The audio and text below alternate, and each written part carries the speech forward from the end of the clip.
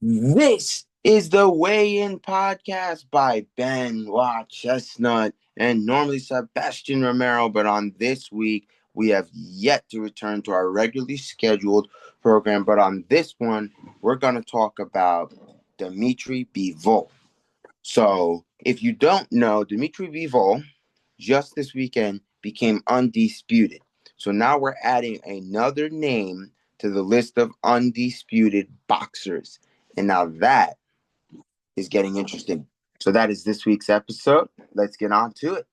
So with that being said, Dmitry Bivol, I thought it was a great fight. I thought it was very great, very good fight.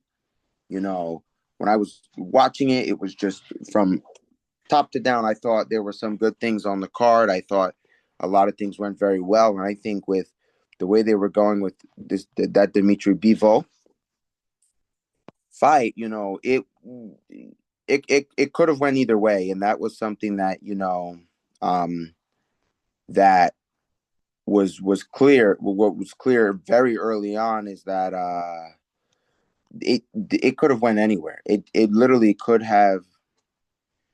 It could have went either way, and I think Bivol did what he had to do. I think it was a interesting fight, but I think for a lot of these boxers now, you're starting to see a lot of this undisputed, and that's a good thing. I like to see. I like to see them go through and finish the belts. As we talked about, I just really, really like to see it. When I watch Dmitry Bivol, it's a true craftsmanship at light heavyweight. It's something where it's amazing to see Dmitry Bivol fight, and it just it just was a card that I thought was very well put together. And I think that when they do cards like these, where you get fights like these, any fight where you go undisputed for is due to be noted. Any fight like that is what I feel. It's always a good fight when you're going undisputed and you're unifying, and becoming undisputed. It's always good because it's interesting to see, how they start over time to collect those belts, fight after fight, and this was the second time that these two had fought. So this just was a packed up card, very well, you know, it just packed up very, very well. When you had Daniel Dubois, Joseph Parker also on the card. You know, I mean, so when you look at you just look at so much.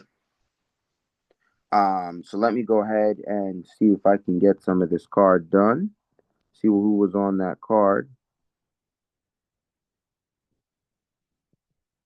And when let me see what I can find for you guys. You know,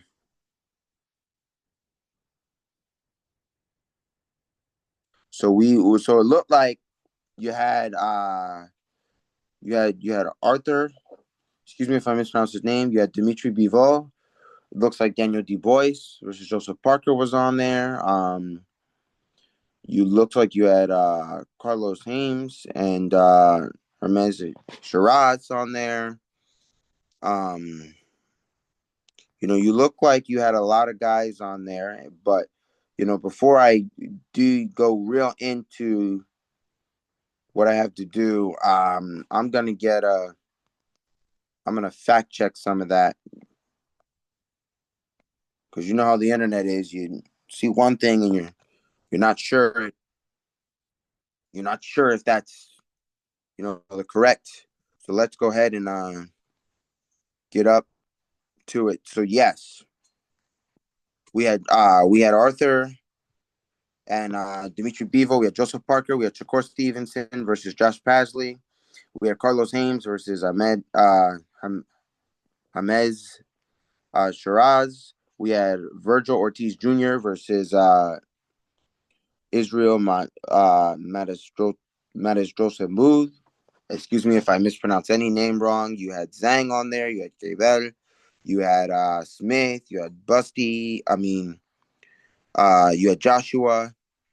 So I kind of think when on our side, yeah, we definitely did not do a pre-episode on this stacked card. That's on us for not getting that stacked card up. But you know, I definitely think it was a very good main card. I didn't think it was going to be anything different.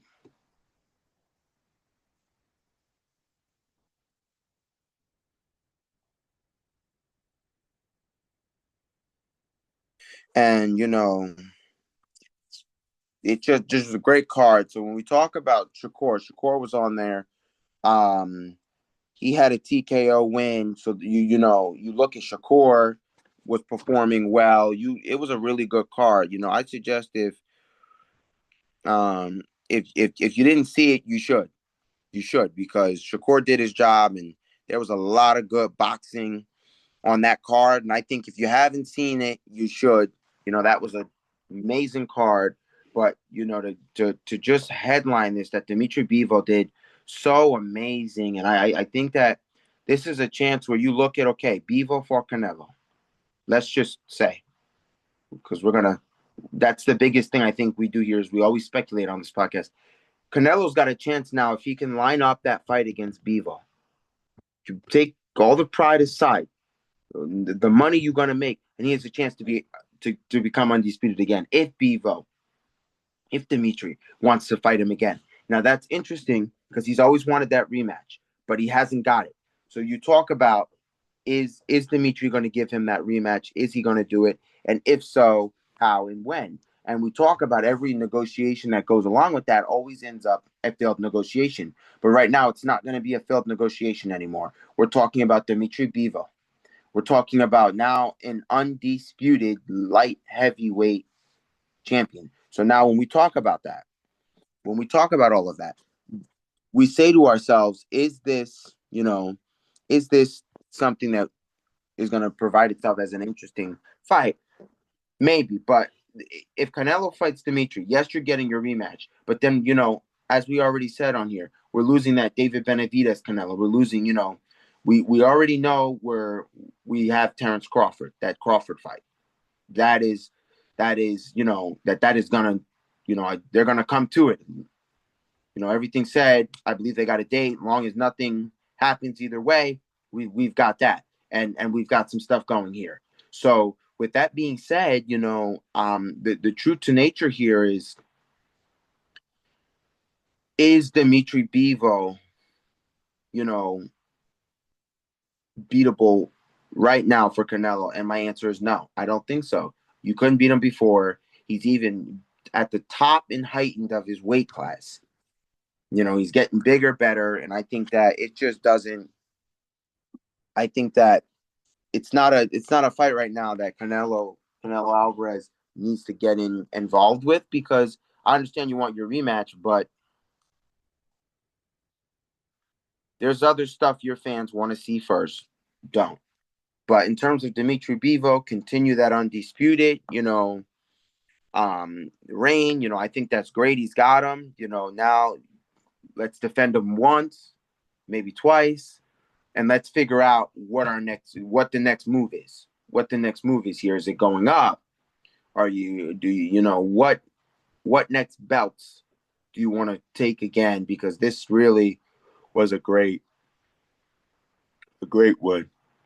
And I think it was one where you say, you know, did this provide you that the notion that you wanted to see? That fight going on, I wanted Dimitri Bivol to win because there's that cross narrative of, if Canelo fights him, now Canelo could possibly be undisputed again. But you talk about, is it very simple to say that Bivol Canelo should fight again? It's not. It's really not. And I think the one thing to be noted here is Bivol earned this. Dmitry earned this. Bivol earned this because this is true craftsmanship. When you get in there and you do what you have to do, and that's something that just not every fighter gets the tenacity and talent to do. You know, like we mentioned, Shakur Stevenson. Shakur Stevenson in his weight class is absolutely like loaded. That any way somebody tries to grab a second belt, it's gonna be a nice fight. It's gonna be good. You know, it's not too many weight classes we get to say that about it. Where you look at it and you say every guy up there is like there's a lot of guys out there that fight pretty well, like Gerard Ennis, Boots as they call him. He fight pretty good. A lot of them guys fight pretty good. You know, it's just to see Dmitry Bivol perform the way he did and become undisputed is like it's really good. I like this new turn boxing has taken with this. In terms of being now when you're undisputed, you get an undisputed belt. They made an undisputed belt, and I like that. So it's like it makes it a little more simpler. For one guy, instead of having to walk with all four belts, you could say let me walk with you just the undisputed. But even then, you say it just provides an extra oomph to the situation of, hey, now I've got four belts undisputed, and now I've got the undisputed crown, which would now have somebody total five belts. But it's great that even when you get undisputed, you don't just earn whatever last belt or the four belts, you earn that undisputed belt as well. And it's really nice because that's something I think that they're able to do for themselves, almost in a sense where you can provide that belt that night. If you don't start customizing the sides and engraving everything, I think almost in a sense when you talk, you could put that belt could be there that night, and that's really what I like about using this undisputed strap. Is that you could very well um, have that there that night, and that's a good thing to go across. A lot of times the boxers have to wait to receive their belts. Sometimes, depending on whether if they're taking it from somebody or if they're fighting vacant. If they're fighting vacant, they may get it that night. But you still talk about what's the tenacity of having a undisputed belt is just something that's very nice, so that a fighter when a fighter goes out in public, you don't have to see him walk around all four belts. He could walk around just his undisputed and say, "Hey, I'm undisputed. You see, I'm undisputed." So that's a very good, interesting thing that I like that is partaken is that undisputed strap. So that's really good about that. I've liked the changes that have gone on in boxing so far is about that being undisputed. And that's one thing that I really do like because being undisputed and being able to now have a belt for being undisputed is really great. But when you think about that, now you think about who doesn't have one. You talk about Canelo is not going to have one of those. Crawford's not going to have one of those if you talk about that. So those guys, I'd like to see them take one more weight class so that they could get the undisputed belt. I would really like to see that. And when you talk in terms of wanting to see potential, like how we want to see the rest of this 2025 play out, is we want to see a lot of those big megastar matchups. We want to see the clash with Shakur Tank, if we can get it. Shakur Tank. We want to see that clash. We want to see, Abdullah Mason get some big fights. We want to see that weight class make a lot of movement. We want to see somebody try to take somebody else's belt so we can get a super fight here and set it up. I that's what we want to see. We want to see the work get done here. We want to see all of that get done, and that's something that is very doable. It's very doable to see that happen, but we want to get it done. We want to get that done right now. We want to make sure we can see all of that, and with that, planning it out and getting it done, because what happens is all these negotiations get in and then they fall through. We don't want something that falls through. We want something that is going to simply get together. We don't want something that's going to have a problem. We want something that's going to get in there and more than likely that is going to take over and get done very well easily. That's what we're trying to look for. We don't want you to tease us and say, hey, this is going to happen, and it don't happen. What we want to see is the fight get done. We want to see a lot of that get done, a lot of that be filled out. And I think one of the first things we can say is that, a lot of that being filled out, we'll be able to talk about all of that. We'll be able to get all of that broken down to a way where we want it, to where it should be. And I think, when you talk about all the fights that happened on the card and all of that went through, you talk about that the way Shakur and that went through, You talk about how well that fight was. You talk about is he at his height? Is he ready for that Tank? If we're gonna go across and talk about this Shakur, whether he's ready or not that is up to the boxer themselves. How we feel like he's got that TKO victory. He's pumped. He's in it at this point. It's definitely what Shakur fans wanted to see, better than we saw in that Prudential that last Prudential Center fight where you got fans walking out. We got to see a better Shakur this fight, and I think that's something to note, that he gave a better showing this time, and that's what you want to strive for, and that's why I think, it really is up to, it really boils down to, if Shakur is ready. It doesn't boil down to nothing else but if Shakur is ready. We as the fans could think he is, or we as individuals could think, we could try to break down if we think he is, but is he really? Is he really? You know, is he really? That's one thing that we can do to be noted. Say, is he really done with it? Was he really done with it? So where's the tenacity there on that? You kind of say, hey, is he ready? Was there a time when we felt he was ready? That's all up to him. But when I look at it now, I look at the best thing is, you got to get yourself together with all this jarring back and forth. It looks like they're going to line each other up, and that could be good. But due to be noted, let's not forget, we do want Shakur to fight him, but we do want to still see that Lomachenko Tank fight. There's some stuff we do want to see. Everybody in that weight class, you want to get up against, that Tank Davis. Everybody.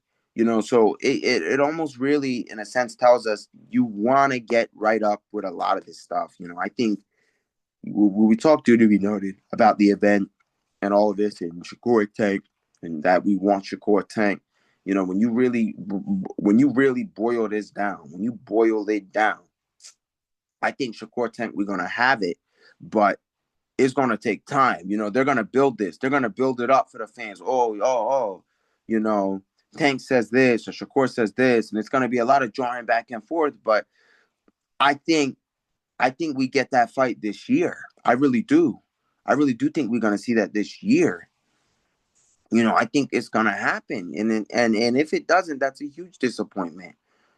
As from a fan perspective and an analytic perspective. Look at the tickets that will sell for that. Look at the magnitude of an event like that. Tank and Shakur Stevens would be huge. Would be very huge fight, and I think that's due to be very well noted. Is that that's something that we want. We want that. We want it. You know, we want it. We very well want it. There's no other way for us. Right now, that we want it. There's no, we want that sucker. So it's just something we really looking forward to, and it's something that we really want to do. It's something that we want out of the whole rigmarole. We want to see Shakur Tank. We want to see that fight get off. We want to see all of that get done. We want to see that, because that's a fight we want. We know we want, Shakur Tank. And, whether what most people think, oh, Tank could be Shakur, Shakur could be Tank, we understand all of that. But we want to see the final awakening here. We want to see it get done, We want to see that, get it together, get that fight rolling. I think that's a good magnitude, I think, for Tank. I think right now, if you're Tank, you look at your weight class and you say, what's stopping you from being undisputed? Because he could be undisputed. Think about it.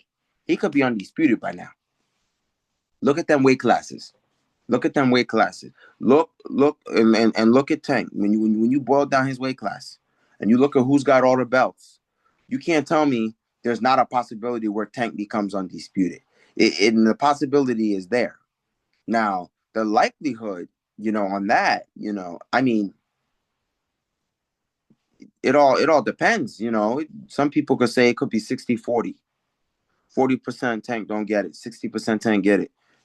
Some people might not even agree with a 60-40 and saying, no, it could be it's a lot higher than that in percent. But you look at this.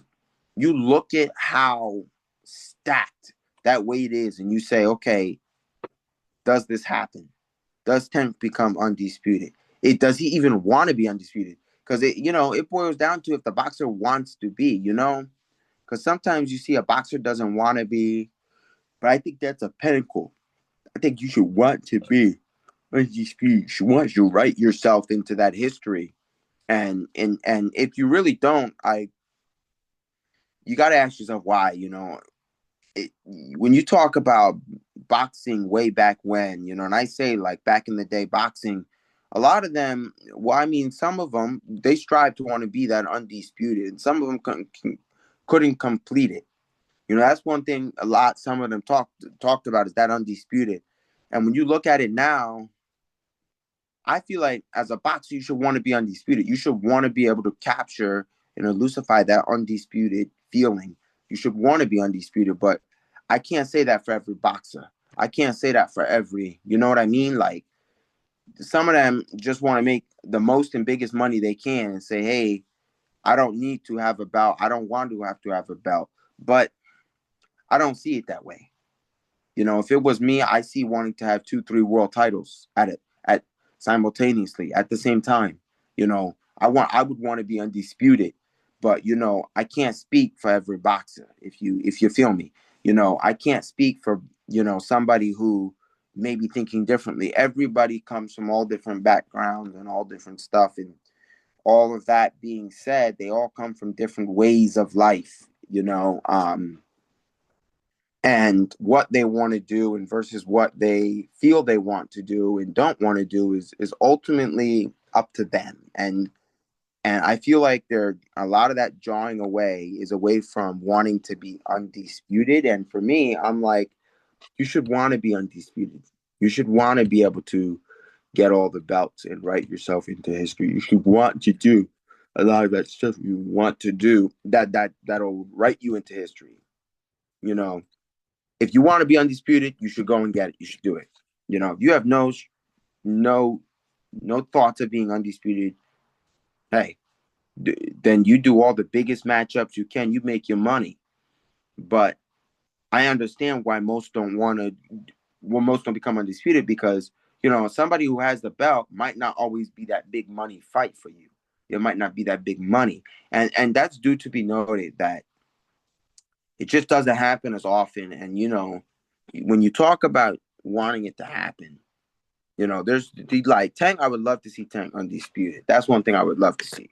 Shakur, I would love to see Shakur undisputed.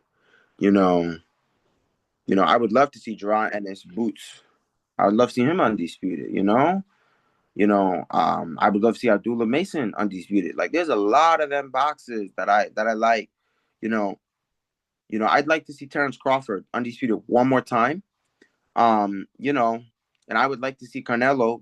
I would like to see David Benavidez undisputed. That's another boxer right there that I would like to see undisputed. There's a few of them that I would like to see undisputed, and at this point, it's just kind of like I would like to see it,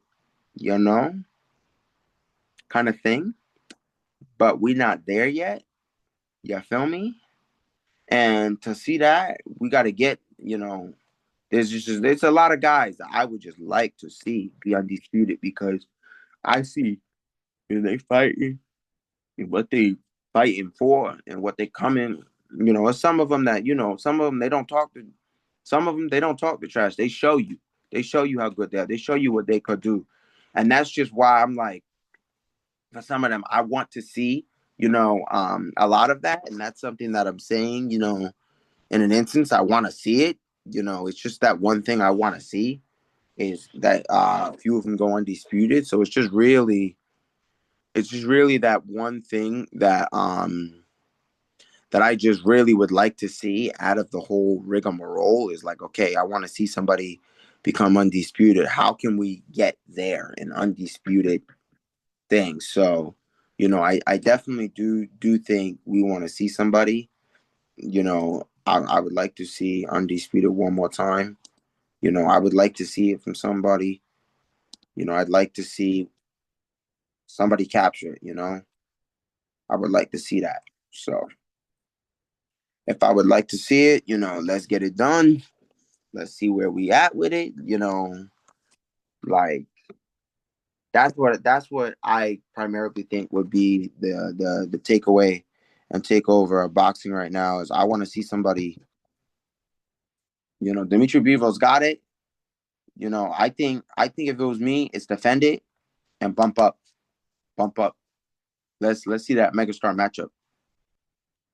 Let's see it. Bump up. That's what I want to see. Bump up.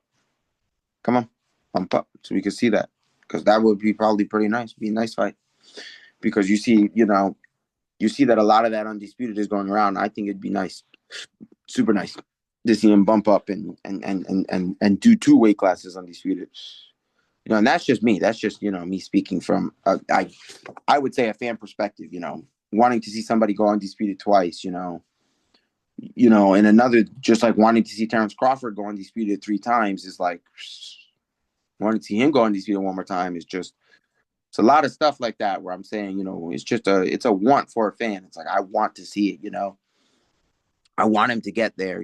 I want some of these boxers that I love to watch get to a height where they can be at the pinnacle of their game, the top of their game. And that's something where it's due to be noted that, like, not every boxer, just because they're doing well right now, is peaking. And when you talk about somebody who's in their prime, you know, that's somebody that's going to do very well. Prime. When they're in their prime, they're doing very well. Out of their prime, it's like, if you haven't already done it when you was in your prime, is there time still to do it? Yeah, there always is, but is it gonna be as good as it would have been when somebody's in their prime? Probably not. It all depends. It all depends per the boxer, per you know who we're talking about, and what kind of fights they line themselves up with. You know, it's a lot of that like we talk about. What did they what they lined themselves up with and what they did, that's something that we're due to say that like it depends on the path you take. You know, what path did you take? What way did you go about it? Because the path you take is a big difference. Because sometimes you line yourself up that big fight, or if you run from fights, then you're not ready. You're not challenging yourself. And if you don't challenge yourself, what are you doing? What are you doing? What are you doing if you're not challenging yourself? So I think for this one, it was a little just getting up, talking about that talking about Dmitry Bivol, Benavidez, Tank, potential, I think it's a little short one for y'all, extensively on that. We just wanted to, I wanted to get on and mention Dmitry Bivol. So, that's what today's segment turned into, kind of that Dmitry Bivol and Shakur. So with that being said, y'all, and it's true to it. With that being said, y'all, um, with that being said, this is the weigh-in, you know, and it was a lovely another epi, keeping the streak going for y'all. A little mention of last week. Very sorry for the late upload. I know that last week's video went up like 10 o'clock. We're gonna strive to keep the videos going up at 7 p.m. That is the thing we're trying to do here. So with that being said, this is the weigh-in by Benoit Chestnut and normally Sebastian Romero, but we will be getting back to our regularly scheduled, hopefully next week. But this is the weigh-in out.